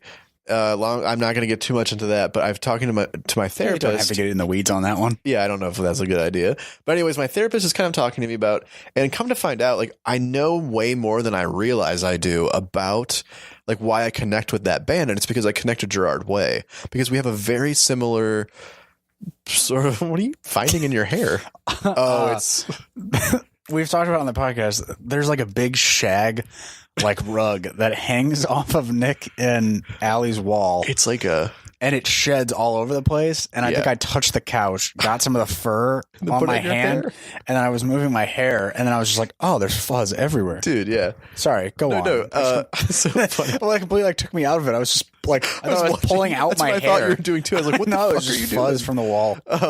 So no, the reason I connect. So I'm talking to my therapist about it, and she said who do you feel like are the people that because I've realized I wasn't really being myself. Long story short, she's like, who do you feel like is somebody that you really connect with as I was on a higher level, and I was like, oh, Gerard Way, and then I was like, I don't know why I said that. I've never really thought about that. I know I really like his work, I guess, and then all of a sudden she was like, why, and I just sort of was saying he and I got into comics the same way, like same age, 14, 15. Our first artists writers we really got into early on were Grant Morrison. His big ones were Arkham Asylum and Doom Patrol. My big ones were Arkham Asylum and Doom Patrol from Grant Morrison. Then he stopped, like he started to want to like draw comics for a while. And then and then I also wanted to write for a long time. And then we both started doing music a lot more. And we were going to try and make it in music. And he obviously did it to way more success than I did. Yeah. I mean, we're close. But, okay. Yeah, I mean, splitting hairs, I guess, at some point. Yeah. Which one? But then he quit music and is now writing. And that's exactly what I'm doing. Yeah. And the other weird thing is we share a birthday. Like he and I both, our birthday's the same day, April 9th. It's very strange. There's a lot of like weird coincidences, synchronicities. Yeah, it's synchronicity in its own way. And then the day that my therapist and I talked about this, it was a Friday. I think it was a Friday. It was the 15th. I remember that because none of this stuff had ever really occurred to me. I don't know where I knew this information from. Like I'd never put that together at all, ever. Yeah. And then the day that we talked about that completely unrelated Umbrella Academy dropped on Netflix. Like I didn't know we would be talking about that in therapy. Written by Gerard Way? The comic was written by Gerard Way and the TV show dropped on Netflix. And it was one of those like weird, like coincidental, synchronistic moments where you're like, okay, this is very strange. Yeah. But then, so now it's like a weird, like, I don't want to say like it's like a universal, like connection. It's a very weird connection that you share all these very specific things. Very specific things. Yeah. We played similar music. We write into the same music. You're into the same comics and same writing styles. TV shows, yeah. Yeah, it's very strange. It's very weird. It's very strange. But anyway, so I was thinking about that, but then it kind of hit me too. It was one of those things where it's like you can't, like, I think a big part of it too was you kind of get into this thing where you like don't feel like you can like be you, and that's like you get really deep into this like sort of like level of psychosis where you're like, oh, My Chemical Romance. Something convinced me at some point that like that has to just be me, because I like in the most annoying hipster way, I was like, especially for people my age, into them much earlier than people that were. You're such a hipster. I was, but I mean, you're so cool. Well, man. I would have been like 11 when my sister gave me that, and that was way before a lot of people would have known who they were, because probably because like I'm Not Okay hadn't dropped or anything yet. I'm not okay. Beautiful singing. Yeah. But I actually have a record deal. I know. I heard about it with Eyeball Records. For singing. Yeah. With Eyeball Records. A defunct record. They're very defunct, yeah. But they I think the only other big band they had was Thursday. Do you remember Thursday at all?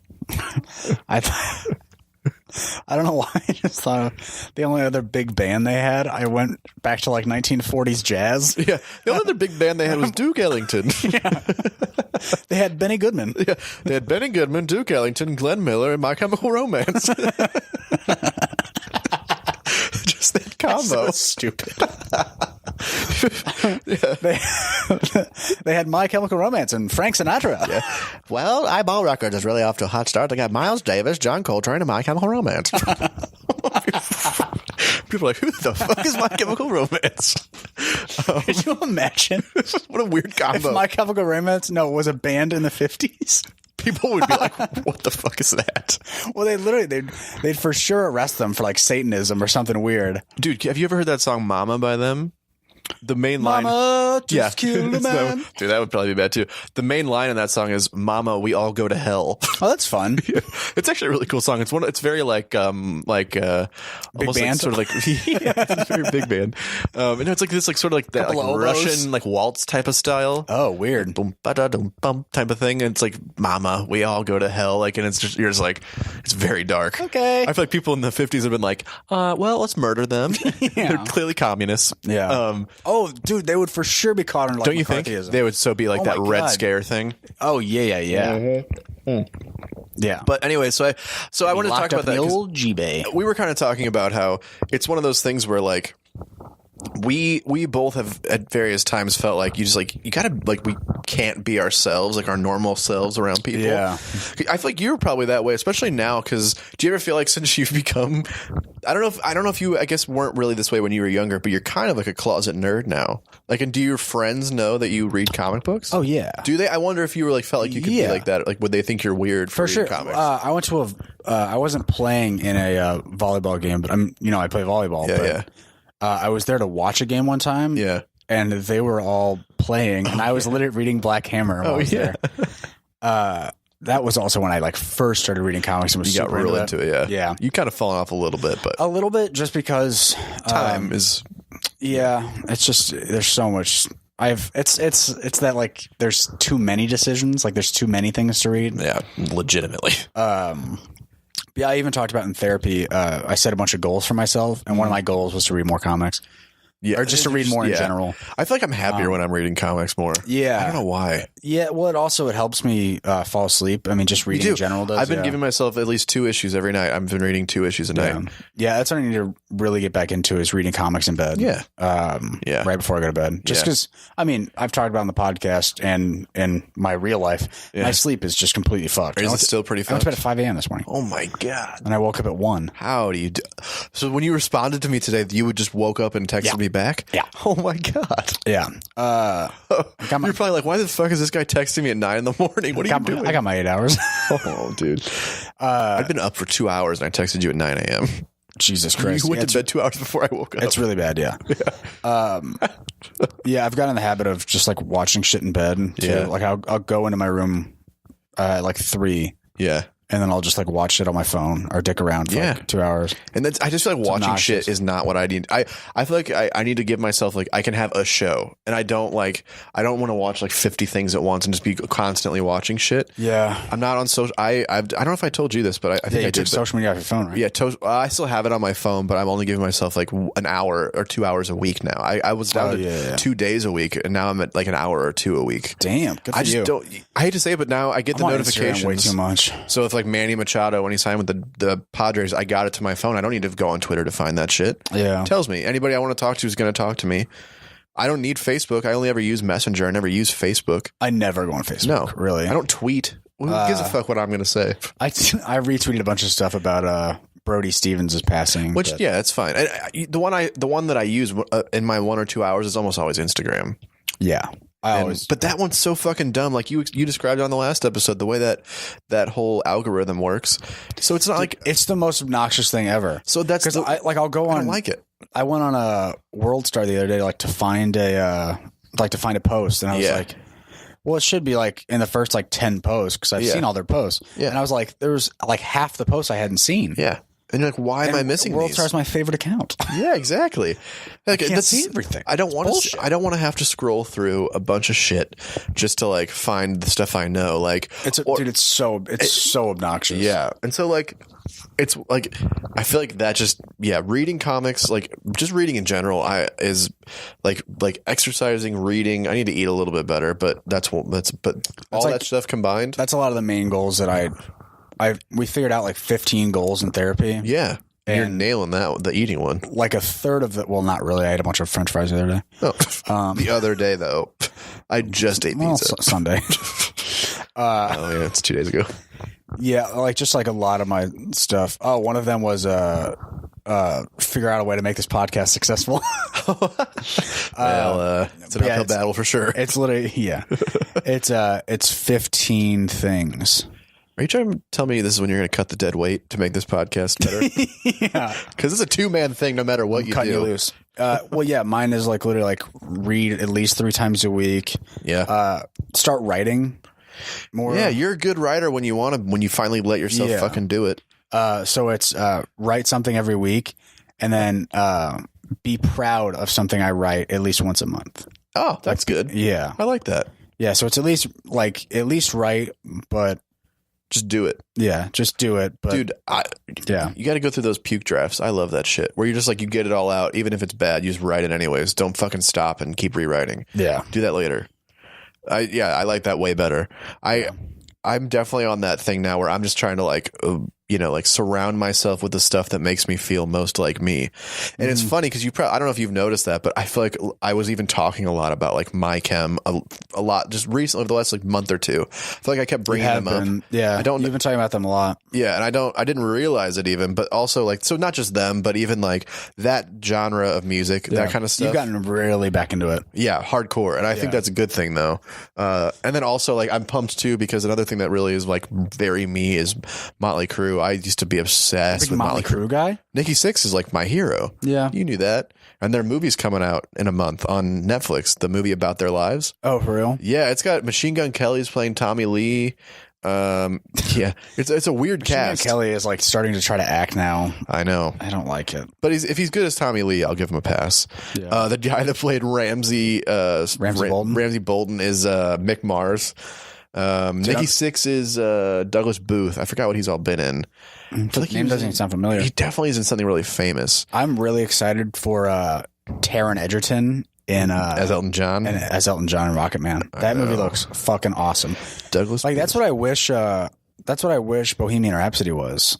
Like more of like an artistic telling of it instead of like Queen sucking themselves off and saying that like this is what actually happened. Well, unfortunately, that's all that was.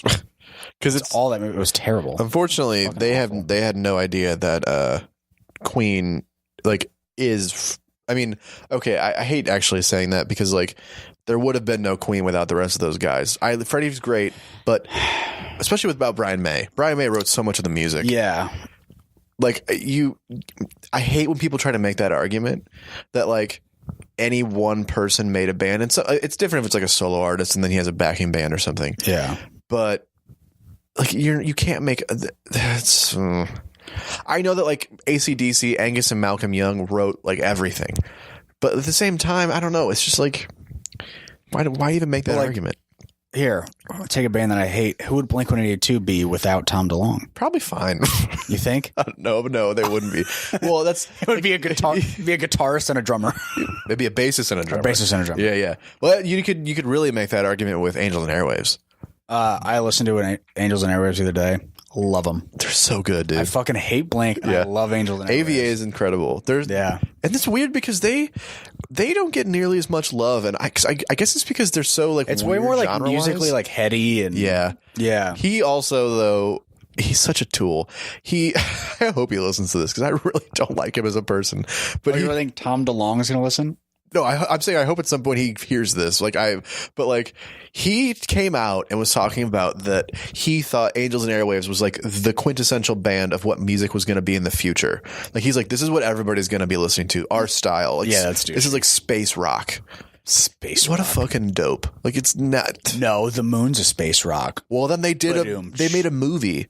Where they like go to space. There's like an astronaut. It's called Love, and it's about like it's the soundtrack of their album Love. So cool. It's fun. No, it's so dumb. I know, but like Angels and Airwaves is cool, but talking about like being like yourself and stuff like that. It's something that you feel like you should never have to say to yourself. Like you don't realize that shit until you put it into perspective, and then you're like, fuck, that's not me. Well, it's very interesting how like you become more of yourself if you do like just easy shit like working out all the time and like it just gives you such like a leg up because then you're not worried about you get so much confidence from doing that kinds of stuff and like so comfortable in your own skin that it's not holding you back from being who you truly want to be. Exactly. Well, I think like I read I won't read it on here, but you can ask, like Alex will tell you, like my writing is something that's very important to me. It's like what I base my whole self-worth on. And I read you something and I don't know if you liked it or not, but at the same time, like it had I fucking hated it. I know you hated it. I fucking hated it. It was so bad. But at the very least, you have to admit there's so much more of a voice to that now. That I feel like that has so much more of a voice than the shit I was writing before. I would always have ideas, but my characters and stuff like that, I felt like I just couldn't put that voice in there. Are you saying that they were a derivative? I'm kidding. I'm kidding. I don't actually think that about your writing. Fucking with you. We'll see. But yeah, it's I don't know. It feels like there's more truth to what you read me. Yeah, it wasn't a lot, but I felt like it felt like there was something. Yeah, there was something like something a depth new. more to it. Yeah. It didn't feel like something I'd ever written before that you probably had seen. Yeah, something new, like a new What'd you say? Oh, never mind. Just random popped like up a on the new old tone laptop. to it. Yeah, which is good. I think. I feel like that's what you need. Like I feel like your writing will probably be that way. Fucking hope so. Yeah, I don't know. I literally think like because I haven't started doing it yet, but I think the first couple times is like literally just gonna be like vomit on purpose. Yeah, you need it to be just like stream of conscious, like just. Bleh. I think that's a good idea. Yeah, I tried this thing recently, like an exercise where I literally just like wrote down like the 30 most important people to me in my life, and then on my computer, and then each one of them is like an exercise just to like find like new ways to express things. I wrote like a letter to them telling them what I really think about our relationship and them. And it was like interesting. Yeah. And I found that it was really cathartic. Like it was really helpful. Yeah. Because it's not necessarily negative. Did I get a letter? You did. Oh, yeah. Can I read it? No. It's mostly just me being like, you fucking son of a bitch. No. I'm glad your dad's dead. Just mean things. It's just so awful. But dude, I've been trying to find weird Whenever ways. you like cut that. yourself as a teen, I wish it was deeper. It's so dark. Oh, Jesus boy. Christ. I wish I should go back and put some of that in there. But no, it's because of doing this, like trying to be more myself. I figured out a new, like, in different way for me to try to like a new exercise. Like that one was really helpful. Yeah. It helped me also like Seems write characters. Like I've come up with like more weird, like interesting characters. I feel like that's what I've realized is I'm a weird motherfucker. Yeah, you are. You're very weird. I've realized that now. Like the characters I was trying to write normal people, and I was like, the reason I'm not doing You're weirder in real. You're weirder in real life than on the podcast. Oh, too. way weirder. Yeah, I feel like I tone it down. I'm a fucking weird dude. But yeah, But I feel like I'm way more fucked up in real life too. You? Yeah. You are much darker in real life. Very dark. You have a very dark sense of humor. Yeah. Like you and I hang That's out. why I deal with a lot of shit. It's weird. We haven't. I don't know if we've said this on the podcast, but everybody tells us this when we hang out. Alex is much darker. But he's so much like more jovial, and then I'm not nearly as dark, but I'm much drier. Yeah, which is weird. You wouldn't think those two would be that way. Like I'm not nearly as like I won't make nearly the dark level of jokes that you do, but you do it in such like a happy way that it's almost scarier. Well, it really. It is scarier. Well, I mean, it's just how I deal with pain, and it's how I deal with everything in life. Like, like that abducted in plain sight shit. That's some of the darkest shit ever, but I had to make jokes the entire time to get through it. You think Grizzly Man's a comedy. It's fucking hilarious. Oh, dude. It's so funny. But then again, see, and that's so funny. It's because I'm very dry. I think you've mentioned this before. Like sometimes even you don't know, and you hang out with me all the time. Yeah. I can't tell if you're being serious or not. But I'm sure you also notice you'll make jokes sometimes where even I'm like, I can't go there. I can't do it. A lot of people can't. Well, I feel like I'll go down some holes with you. Yeah. I'll go down some rabbit holes, but you go down some ones where I'm like, I can't hang with you, man. Yeah. Well, it's I don't know. Here, if we're going into like theory about like why people joke about dark things. Yeah. Whenever you can craft a sentence that can make people or yourself laugh about a subject, it gives you power over that subject. I don't even know if it's power. I feel like I think it is. It gives you some level of control over it. Yeah, I think control's a better word. If you can take here, I'll say this. Rape is like the most horrific thing like you can do to a person. Yeah. But if you can make a joke that somebody who that's happened to can laugh at, it gives them like a level of control over that pain. Yeah, that's a good way to put it. And I feel like that's a concept that people don't get.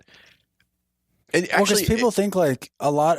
Well, it's just different personalities. Everybody has a different personality. Some people are like, no, I never want that brought up because it brings so much back. But they're literally just, it's the same as what everybody does. You're trying to put a Band-Aid on a dam that has a crack in it. And it's good. It just needs to happen. Yeah. It just, you need to get through it instead of just trying to not make anything be brought up so you don't get hurt by it. Yeah, if you're constantly walking on those eggshells. Right. If you're constantly walking on those eggshells. Somebody's took power away from you in any sort of a way. Yeah. So you have to take power back on that subject. That's why I make a lot of dead dad jokes too. Yeah. Yeah. I had no power over that happening to my family or to me or to him. Yeah.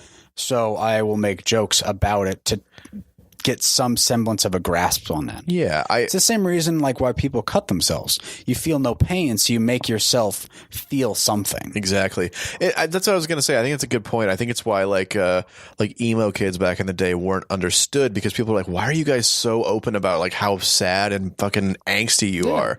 But for them, they felt great. They weren't like, I don't know about that. Well, I meant more of like I didn't feel really great whenever I was all emo.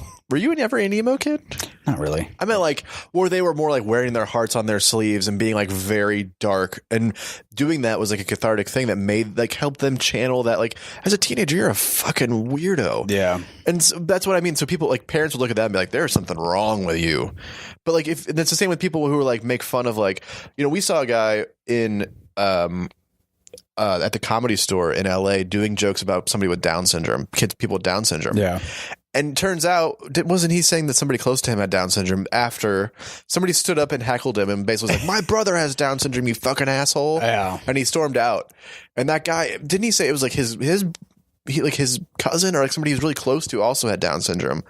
The guy who stood up said that. No. The guy on the comic also said something like the comic was Rick Ingraham. Yeah, I don't know if he said that or not. He said something. He said somebody that he was like close with. Anyways, but it's like the same sort of thing of like people, the same people that said that to emo kids of like, you guys, there's something wrong with you guys. The way you're handling your emotions is wrong. It's the same way when people look at somebody like you and say like, nah, it's not the right way to do it. You don't know what you're doing. Yeah. There's nothing wrong with either of those ways. Everybody's as long as you're not fucking people's lives up to do it. Everybody's a fucking individual. Yeah. Everybody deals with things differently. Everybody goes through things differently. Yep. Everybody has different life experiences. Yeah. What is it? To not have empathy for the way somebody else reacts to something or deals with something, that's a fault in that person, not the person like making the joke. No, I totally agree. It's a person in you not having empathy for other people and understanding how other people and their life experiences have affected them. Yeah, somebody's gonna. It's like if you can't understand somebody making a joke in order to cope with something they're dealing with, or somebody that's wearing their heart on their sleeve in order to cope with stuff they're dealing with, then it doesn't. You have no right to judge anybody else because you're doing it what you think is the right way. Yeah, as long as you're not fucking anybody's life up. Everyone is trying their best. If you're self-medicating, even like I can't judge anybody that's like, I smoke a shit ton of weed to make myself feel better. Yeah. What is because you're trying to make yourself feel better. I get it. It's right there. Yeah, it's what it's literally for. Yeah. People talk about drinking, you take the edge off and stuff, and obviously those sorts of things become like a problem when you're hurting other people or doing it to make yourself feel normal, like doing it too much. No, but you would even agree. Like, yeah. I mean, that's definitely a problem whenever you're doing it to feel normal, which like you have to do it. Yeah, which I have been. Yeah. Not a victim of, but. You know what? No, I think that it's also like my personal decision that's what I did. That's true. That I drank to level yourself mask out and deal with pain. Yeah. But I continued to do that to the point where, I mean, it changed my psyche for sure. Yeah. Also, this podcast has not been funny at all. This podcast has been very serious. That's okay. I feel like we never said it was a comedy podcast. The second half. Oh, that's the category. It's on iTunes. What? Yeah. Did we pick that? Yeah, I think so. Oh, dang. Is there one that's for something in between? For people that were suicidal? I hope so. Well, I more meant like grossest burp ever. Sorry. I feel like we touch on some heavy stuff every now and then. We were talking about occasionally. I feel like this one was just that way because we've. Well, it's also it's the jumping off point of this very dark comic that deals like with psychosis in a weird way. And yeah. Let us down some weird tangents of. Well, it's funny. The thing that I read you earlier, you immediately said, and I texted you at 9 a.m. and I wrote this thing that I read Alex. I wrote it at like 3, not even. Did you go to therapy today? Yeah. I was there. Yeah. I skipped class. Nice. Yeah. But what was I going to say? Oh yeah. I wrote this like after I had texted you to read Arkham Asylum. Like you said you were going to read Arkham Asylum after I had written this. All I know is I had written this before you read Arkham Asylum. What am I flip-flopping? I wrote this. You texted me to read Arkham Asylum. Did I? Yeah. You said, hey, read Arkham Asylum today. Oh, no, but you hadn't read Arkham Asylum yet. Oh, yeah. So then when I read you what I had written, because like you had it, you were like, that sounds just like the Joker. Yeah, and you hadn't read this comic in years? You've had it for months. That is true. You little fuck. Well, you get it back now. Yeah, I do get it back now. How much do you have left, comic-wise? Just like a gauge. What do you have left? How many volumes? Yeah, that I've given you. Well, Deadly Class, we'll leave that out because that's okay. 4 of them. I know. Witches, sex criminals. That one's got like 15 issues in it. Yeah, it's a big collected hardcover. I have a giant book of Scalped, which I don't know if I'll read. It doesn't look. I don't know. Yeah, it might not be up your alley. 2 Green Lanterns, or no, 3 Green Lanterns. Because you read Rebirth, right? I never finished it. Oh, I know. I have Rebirth and 2 more to read, and then you got Rebirth and 3 more to read. Shit. Yeah. And then I have Green Arrow, like Quiver, and something else. Yeah, you can give that back. I don't know if you'll like it or not. Yeah. Well, you said you wanted to read Green Arrow, so. Yeah, well, I like the show. Well, it's not like the show. Okay, I might give it back then. Yeah. Well, I think I like that more. Green Arrow is also in Green Lantern a little bit. In Rebirth, yeah. Yeah, he's in a little bit. Is that it? I also have I have the entire Ta-Nehisi Coates run of Black Panther. Oh, that first hardcover. And then my buddy Ryan gave me Why the Last Man. Why the Last Man. Yeah. And those are big hardcovers. And then I also have bought in some other shit. Yeah. So I have Captain America: The First Avenger. The First Avenger. Yeah. It looks like a decently new book. It might have been written like right before the movie came out. Oh, okay. It's like it's a hardcover that's like probably 5 issues. Oh, okay. It's not too long. I might give it to you after. Yeah, I'll read it. What else do I have? I mean, then I have all the Deadly Class. Oh, Deadly Class too. Yeah, I'm pretty much through all like the actual just single issues I have. I need to go to. Did I give you any single issues? Did I give you back Secret Weapons? Right? No, I still have it. You still have Secret Weapons? Yeah. Did you read that? No, dude. You would like it. It's good. Yeah, it's only a couple issues. I'll read it tonight. Yeah, I'll start reading some shit. That's an easy one to read too. They're quick reads. They read pretty fast. Secret Weapons. Yeah. Okay. I might go through them all tonight then. Yeah. I would do it. I should probably I'd be able to finish them in a couple hours probably. Yeah. 2 hours. And speaking of tonight, you have got to go. Yeah, I do have to go. Your friends. No, I'm actually hosting a thing at my house. And speaking of the devil, my girlfriend's calling me right now. So let's end the podcast here. Yeah, I think so. All right. Well, check us out on iTunes, rate, subscribe. Not that it matters. Check us out on Instagram, all that fun stuff. You're at Augie Panu, AUGGIE, PANU. I'm at the Nick Lanham, THENICKLANHAM. Go ahead and you should just answer it on the podcast. Okay. And then also you can find us on Twitter. Don't do that because we're never on there. And then I'm at Nick's house. You're currently on at the end of the podcast. Yeah. So find us on iTunes, like, subscribe, rate, and we will talk to you next time. So long. Oh no. 10 minutes. Hi, Brandy. Nick says hi. She says hi back. Hi back. She said she listened to episode 1 and 2. What do you think? Oh my gosh. Was she affronted? She said I don't say cunt enough. Oh, well then. Oh, what a keeper. I'm glad we've gotten that out there. I feel like you do too. But can you say more? All right. See you soon. And you guys will hear from us next week. Yeah. All right. Thanks, guys. Okay. Bye. Bye.